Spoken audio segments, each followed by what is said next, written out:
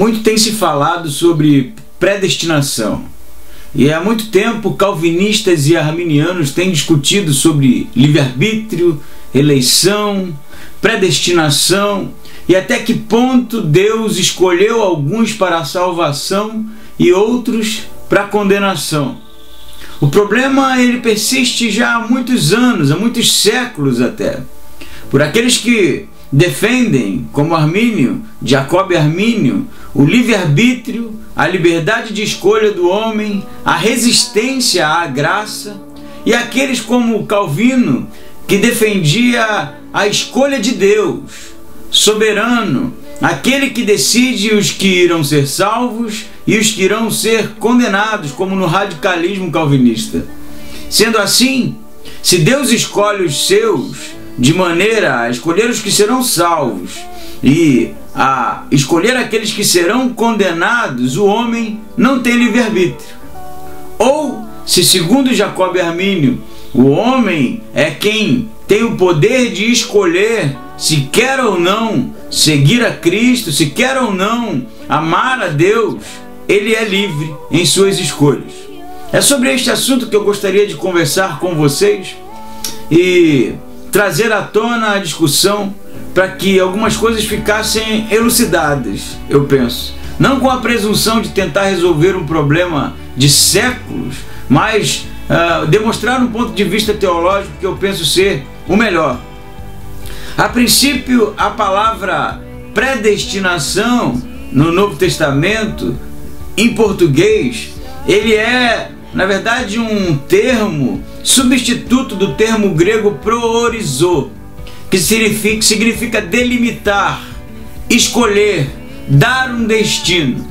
Não necessariamente predestinação, como se fosse um destino pré-concebido, mas algo que já foi escolhido por Deus, selecionado por Deus, delimitado por Deus antes da fundação de todas as coisas. Diferentemente de eleição. Predestinação seria escolher, delimitar, dar um destino, e eleição seria justamente aqueles que foram selecionados por Deus. Há uma diferença nos dois termos, e eu penso que nós vamos compreender bem à medida em que o assunto for se desenrolando. A palavra predestinação, ela é muito interessante porque predestinação, ou dar um destino, ou escolher para si, não necessariamente tem a ver com o indivíduo. Predestinação não é ligada ou direcionada por Paulo, ou seja, qual for o texto citado no Novo Testamento, a indivíduos, e sim a igreja. Toda vez que Paulo usa o termo proorizo, ele fala de nós, ele está falando do povo de Deus, para aqueles que são os destinatários da sua carta, que era a igreja. Sendo assim, a igreja ela foi predestinada, priorizou, escolhida, selecionada, foi delimitada para a salvação.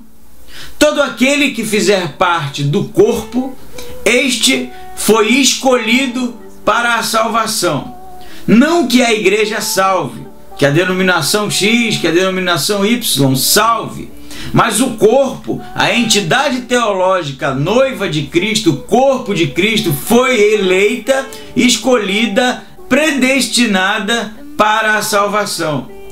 O grande problema, eu penso, é que as pessoas normalmente aplicam o termo predestinação a indivíduos, como se eu tivesse sido predestinado para a salvação.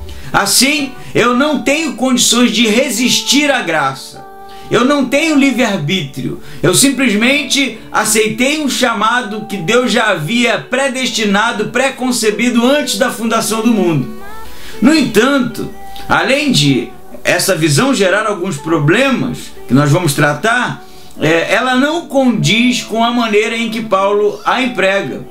Porque Paulo, quando está citando ou quando está expondo e em seu texto, em seu pensamento, ele usa a palavra priorizou ou predestinação em português, ele quer dizer que a igreja foi destinada para a santidade e para a salvação, não indivíduos. Diferentemente de eleição. Eleição sim, indivíduos. Deus elegeu alguns para o seu plano, para dar continuidade àquilo que ele havia estabelecido, que era a vinda do Messias. Assim, entre Abraão e tantos outros, Deus elegeu Abraão. Assim, entre Jacó e Esaú, Deus elegeu Jacó. Mesmo havendo tantas nações, Deus elegeu Israel. Isso é muito importante ficar frisado, que a eleição é uma intervenção de Deus com indivíduos distintos para dar continuidade a seu plano. Predestinação é um chamado corporativo, é o corpo, a igreja. Não denominação Y, não denominação X, mas a igreja como aquela que é feita de todos os santos salvos de todos os tempos. A igreja dos salvos, a igreja universal dos salvos, e não a denominação X ou Y. Levando-se em consideração que predestinação é um termo corporativo que tem a ver com o corpo, e eleição, algo específico, a intervenção de Deus na vida de indivíduos para a completude do seu plano. Vamos continuar. Como diz o texto em Efésios, e nos predestinou como filhos em Cristo. Interessante que a predestinação, ela só faz sentido em Cristo. Aquele que foi, ou o corpo que foi predestinado, ele foi predestinado em Cristo. É interessante dizer que Deus escolheu antes da fundação do mundo, deu um destino certo antes da fundação do mundo para aqueles que foram regenerados em Cristo, que é o corpo. Enquanto os eleitos não tem a ver necessariamente com a salvação em Cristo, mas tem a ver com aqueles que haviam sido escolhidos por Deus para dar origem ao Cristo. Predestinação, determinação de Deus no sentido de dar destino certo em Cristo. Eleição, a escolha de Deus para aqueles que dariam continuação ao seu plano da vinda do Cristo. Uma coisa que nós temos que salientar é que o fato de Deus ter escolhido um povo, isso não pode anular o seu atributo, que é o amor.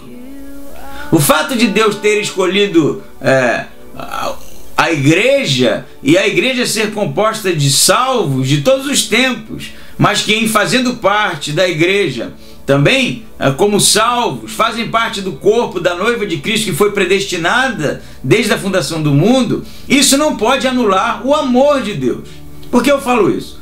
Porque se eu digo, ou eu entendo que a predestinação é individual e Deus me destinou para a salvação, enquanto aqueles que não são salvos e que não encontraram Cristo na sua trajetória, são aqueles que não foram escolhidos por Deus para a condenação, eu automaticamente anulo o amor.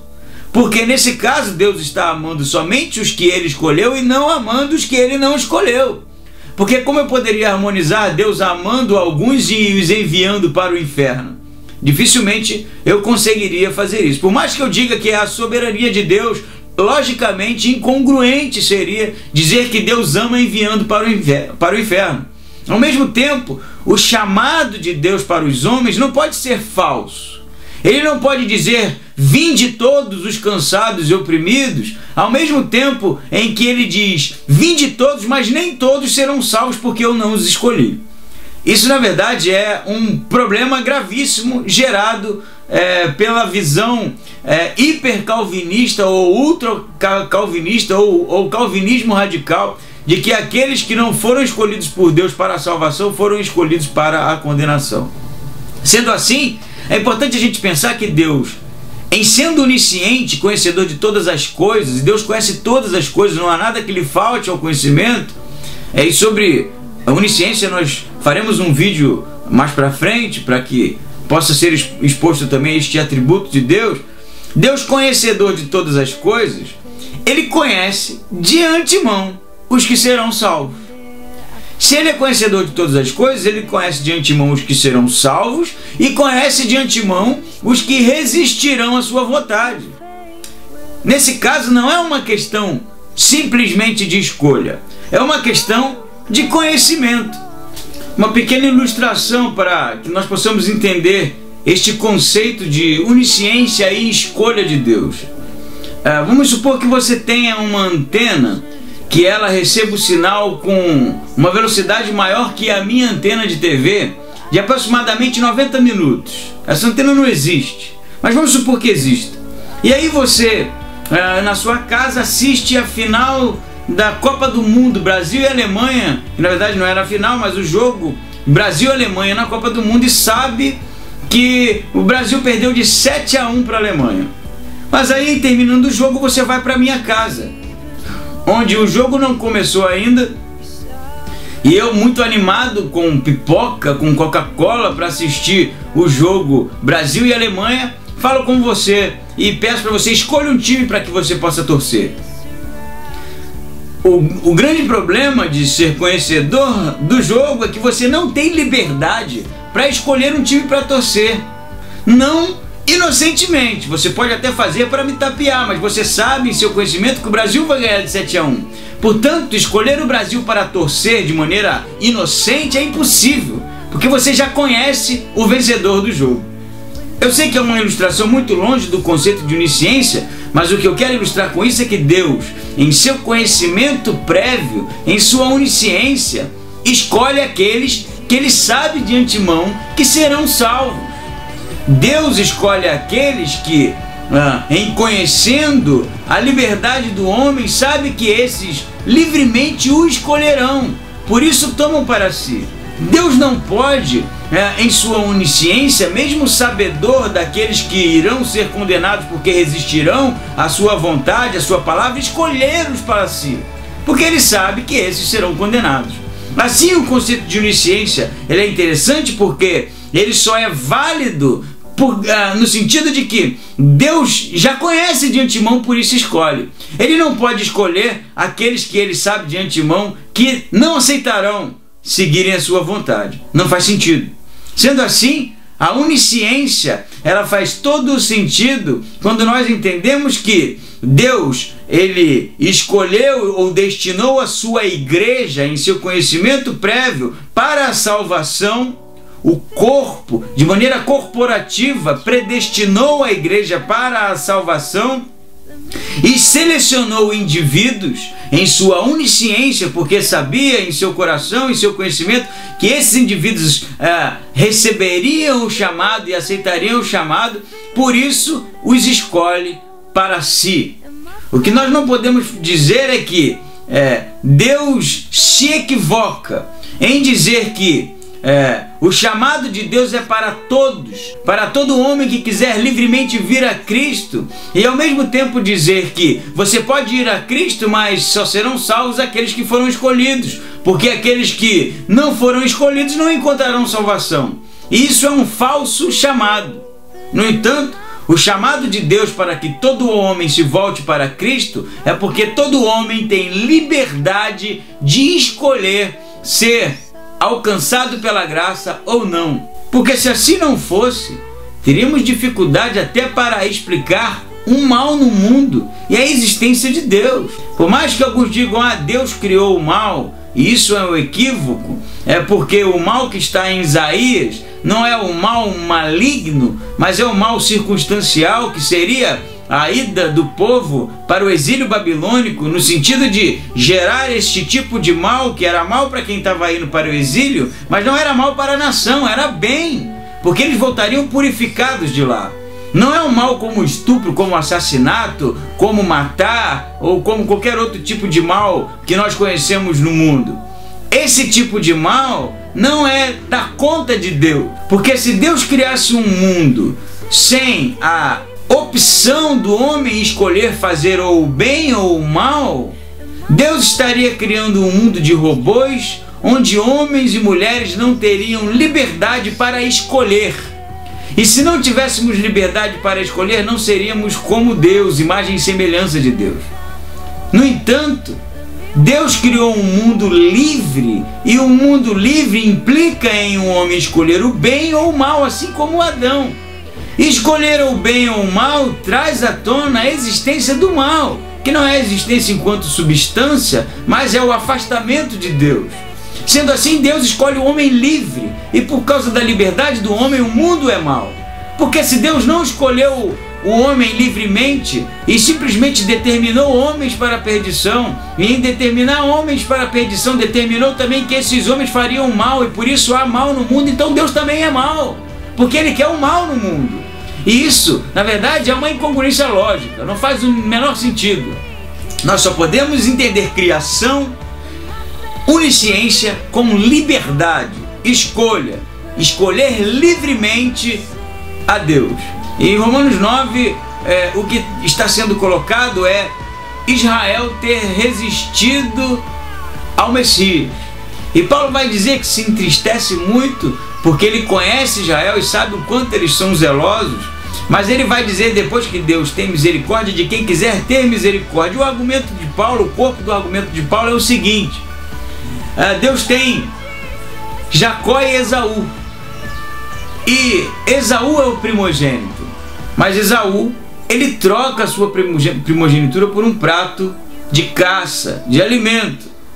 E quando ele faz isso, ele está negando toda a promessa de Deus feita a Abraão. Ele está negando tudo aquilo que Deus havia falado para Abraão, para Isaac, e agora para o primogênito, né, que seria ele. E negando isso, trocando a sua primogenitura, o seu irmão Jacó vai fazer de tudo para tê-la, porque esse sim sabe da importância da promessa de Deus feita a Abraão. Nesse sentido, conhecendo essa história narrada em Gênesis, nós sabemos muito bem por que Deus escolheu Jacó e se aborreceu de Esaú. Mesmo ainda no ventre de sua mãe, Deus já sabia em sua onisciência, em seu conhecimento prévio, que Esaú iria trocar a primogenitura, iria trocar as promessas de Deus por um prato de alimento, enquanto Jacó faria de tudo para tê-la. Por isso Deus se agrada de Jacó. No desenvolvimento do texto, é óbvio que Jacó e Esaú representam duas nações. Esaú representa os gentios e Jacó representa Israel, que vai dar origem a Israel. Guarde isso, são duas nações sendo representadas ali, os gentios, que Deus se aborreceu por causa de Esaú, que não deu atenção ou não deu valor às promessas de Deus, e Jacó, aquele que fez de tudo pelas promessas e que vai dar origem a Israel. E depois ele vai trazer a discussão o faraó e o endurecimento do coração de faraó. Se nós lembrarmos do texto narrado em Gênesis também, pela travessia do povo no deserto, a abertura do mar, as pragas, nós veremos que nem todo o tempo faraó teve o coração endurecido. Não foi desde o início, ele foi resistente à vontade de Deus. Mas em um determinado momento da trajetória, Deus decide endurecer o coração do faraó.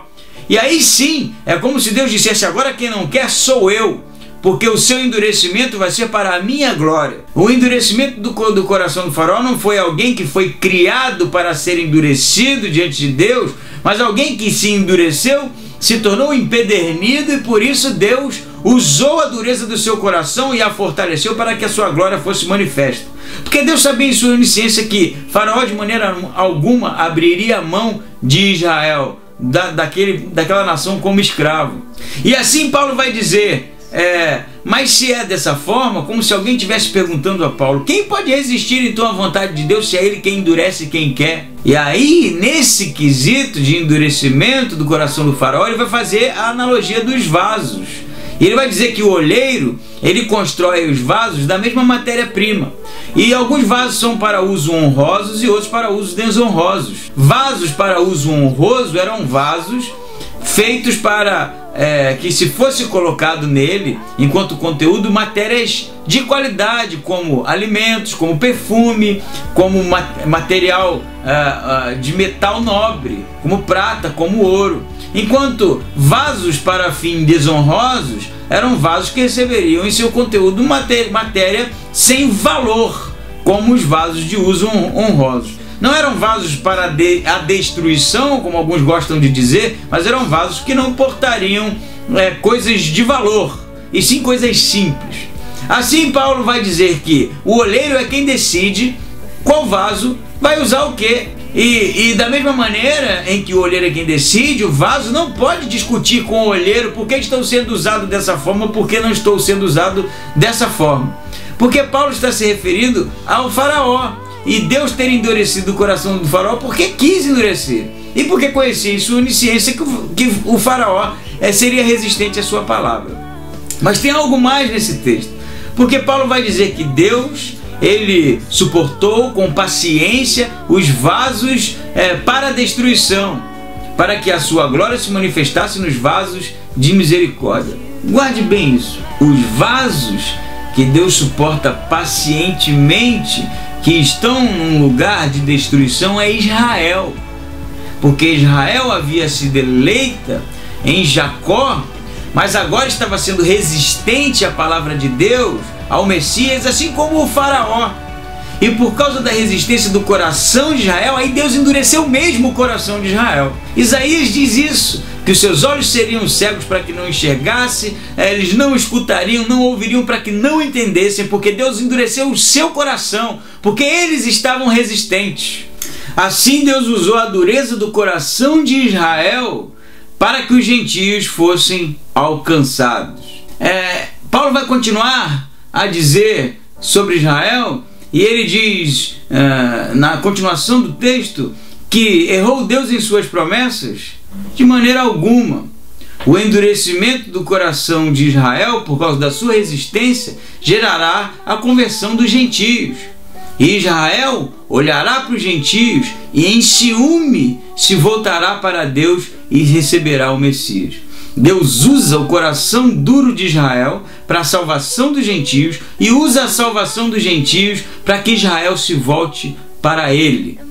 Porque Deus endurece o coração de quem quer e tem misericórdia de quem quer. Simplesmente porque em seu conhecimento prévio, em sua onisciência, conhece aqueles que serão resistentes à sua vontade. Deus, quando cria Adão, ele sabe de antemão da queda, sabe sim, e cria Adão sabendo que Adão cairia.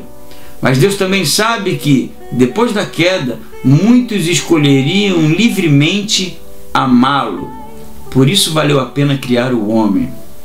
Não tem como entender onisciência sem amor. Não tem como compreender onisciência e amor sem justiça. Não tem como compreender onisciência, amor e justiça sem liberdade. Porque se Deus é onisciente e ele escolhe para si os que serão salvos, mas Deus é amor, então seu chamado é para todos. Mas se Deus é justiça, então o homem tem que ser livre para escolher, para que possa ser julgado.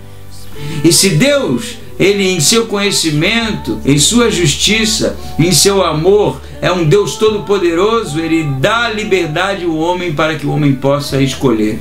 Tanto eu como você somos livres para escolher seguir ou não os desígnios de Deus.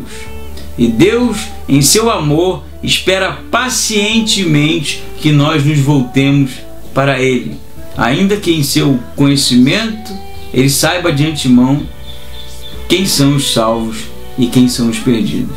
A igreja foi predestinada para a salvação de maneira corporativa. Deus elegeu alguns para que o seu plano desse origem ao Messias. E a salvação ela é de graça para que o homem possa escolher. Escolha você o caminho que quer seguir.